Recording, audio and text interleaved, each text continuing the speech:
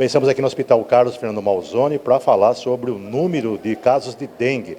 Tem se mantido, né, de ontem para hoje, são 18 casos, mais 18, mas o que ocorre? Tem pessoas que estão tendo alta e outras entrando.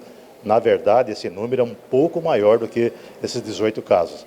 Isso aí acaba, né, nos remetendo aos cuidados que devemos ter, porque essa doença, a dengue, estamos aqui com o doutor André Pelosi Alves, que é o infectologista do hospital, é uma doença que, até onde a gente sabe, e está muito divulgado, né, é uma doença completamente evitável.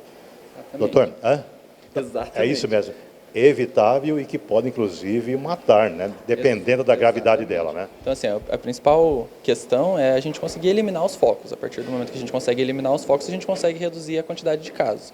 Então, esse é o mais importante. E lembrar realmente disso, a gravidade, né? Conforme a gente vai aumentando o número de casos, a gente também aumenta a quantidade de casos graves. E é o que nós estamos vendo, né? A gente aumentou muito o número de casos, né, de um ano para outro, né, nesse período.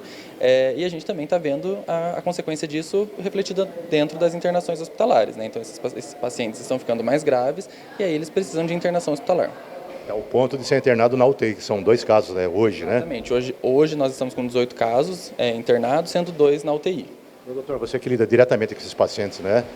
Qual é o estado, né, deles enquanto estiverem internados? O que a dengue provoca, né? Certo. Então, inicialmente, os sintomas que a gente sempre comenta, né? Febre, dor no corpo, cansaço, dificuldade de alimentação, dificuldade de tomar água.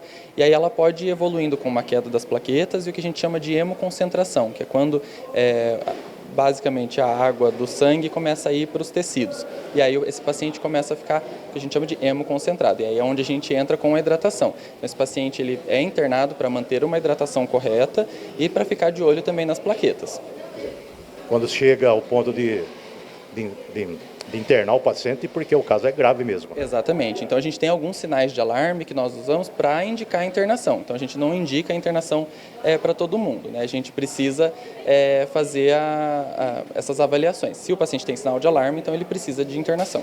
Agora, quantos tipos, né, de dengue existem hoje? Eram 2, agora 3, e parece que tem uma quarta também agora, né? A gente tem conhecidos 4 sorotipos de dengue. A gente tem um conhecimento aí da circulação aqui no Brasil de 3 sorotipos com mais prevalência, 1 com menos prevalência.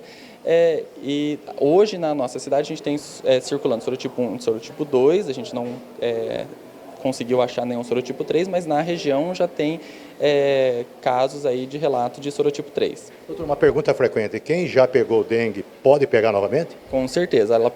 A partir do momento que você pega a dengue, você fica imune por um período ali, mas você pode pegar até 4 vezes. Até 4 vezes? Até 4 vezes, que são os 4 sorotipos. Com consequências uma mais grave do que as primeiras. Exatamente. Em geral, a gente sempre fala que os próximos casos tendem a ser piores, né? Então, eles tendem a ter uma piora da gravidade. Doutor, me fala uma outra coisa, né? Prevenção todo mundo sabe, mas tem aquela que é eliminar o criador do mosquito, mas também tem o uso de repelente. Exato. Em que medida o uso do repelente ele é eficaz? Não, o uso de repelente é essencial. Todos nós devemos continuar usando o repelente e seguir as regras do uso, né? Porque tem repelente que a gente tem que passar a cada 4 horas, 2 horas, então a gente tem que ler as regras de indicação do repelente, saber se é para criança, se pode usar em criança, se é para adulto, porque tem as concentrações diferentes também, e usar o repelente em todas as áreas expostas. Doutor, havia aí uma sazonalidade para dengue, né? Agora essa janela parece que 2024 para 2025 não houve, né? Não houve. Em geral a gente vê assim, sempre no final do ano, para o começo do ano, a gente vê um leve aumento de casos para lá para março, a gente ter o boom mesmo acontecendo. Esse ano a gente viu isso ficando um pouquinho mais para esse final de ano, começo de ano. Então essa sazonalidade deu uma invertida. Muito também por conta das mudanças do clima, a gente tem visto aí um calor, chuva em tempos diferentes, então isso também contribui para tudo isso. Doutor, para quem ainda não acredita, né, que a dengue é grave, o que o senhor tem a dizer? Eu queria dizer que é muito grave, né? A gente precisa cuidar, a gente precisa tomar cuidado, porque dengue, infelizmente, mata e ainda mata muito. Então a gente precisa tomar muito cuidado, fazer as prevenções corretas e, se tiver qualquer sintoma de dengue, procurar imediatamente o serviço de saúde mais próximo da sua casa para a gente poder fazer as medidas corretas. Quais são os sintomas clássicos? Certo, então, geralmente início súbito com febre, dor no corpo, dor de cabeça, dor no fundo do olho, manchas vermelhas pelo corpo, pode ter aí aí alguns sangramentos, petequias, né, que são aquelas bolinhas vermelhas espalhadas pelo corpo.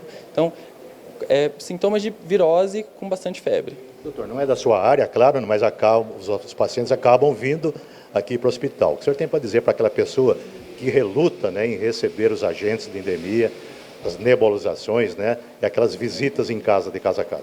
Eu acho essencial também, porque esses agentes de endemia, eles ajudam a gente a reconhecer os sintomas e eles ajudam a gente a limpar a nossa casa. Eles ensinam as maneiras corretas de fazer, porque não, é aquela coisa, às vezes tem um pote de água do cachorro lá, se a gente passa só água, o ovo não morre, o ovo não sai dali, então a gente precisa aprender a lavar, aprender a cuidar, observar, ter um olhar diferente que os agentes de endemia têm. Então, receber os agentes de endemia, acolhê-los e trazer eles para dentro de casa para eles ensinarem tudo que a gente precisa saber. E dependendo, né, também do lixo, ele também pode provocar. Por exemplo, os arrastões acabam retirando toneladas, né, de objetos, né, que estavam jogados lá e enchem caminhões. Né? Exatamente. Então, é bastante importante sempre fazer a retirada correta desses lixos para evitar que os mosquitos se proliferem, né? Lembrando que não é só água limpa, né? Água suja também prolifera o mosquito, então precisa tomar esse cuidado.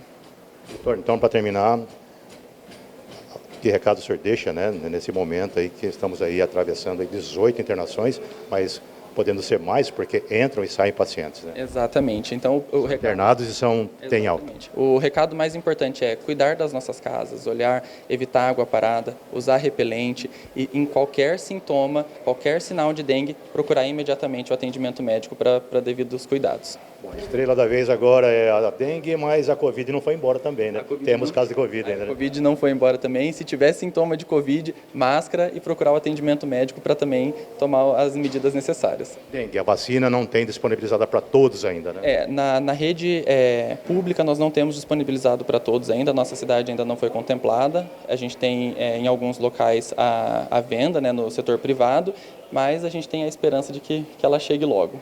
Quem puder comprar, tome a vacina. Quem puder comprar, tome a vacina. E use o repelente. E use repelente sempre. Elimine os criadores. Por favor.